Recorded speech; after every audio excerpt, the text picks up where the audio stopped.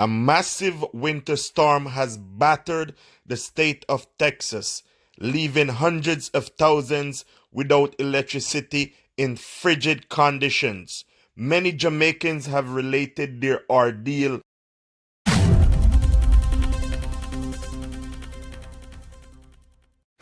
According to the Associated Press, the state of Texas was hit real hard over the weekend with a massive snowstorm.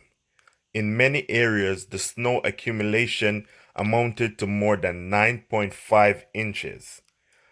The devastation felt by the storm has been far reaching, with many residents still without electricity. Jamaicans in the state have been relating their experiences with this current snowstorm. One Jamaican stating things really start getting bad on Monday because we see the winter's precipitation and it just get bad. First the current go upon we and then all of a sudden we just everything just start go downhill from there. So even the water lock off upon we, so right now I pay dirty water.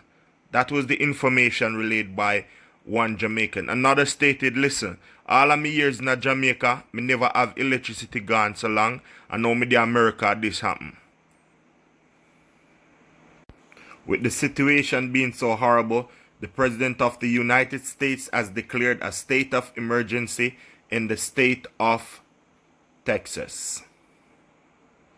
Remember to like, share, and subscribe. We will definitely keep you informed with the most up-to-date news and information.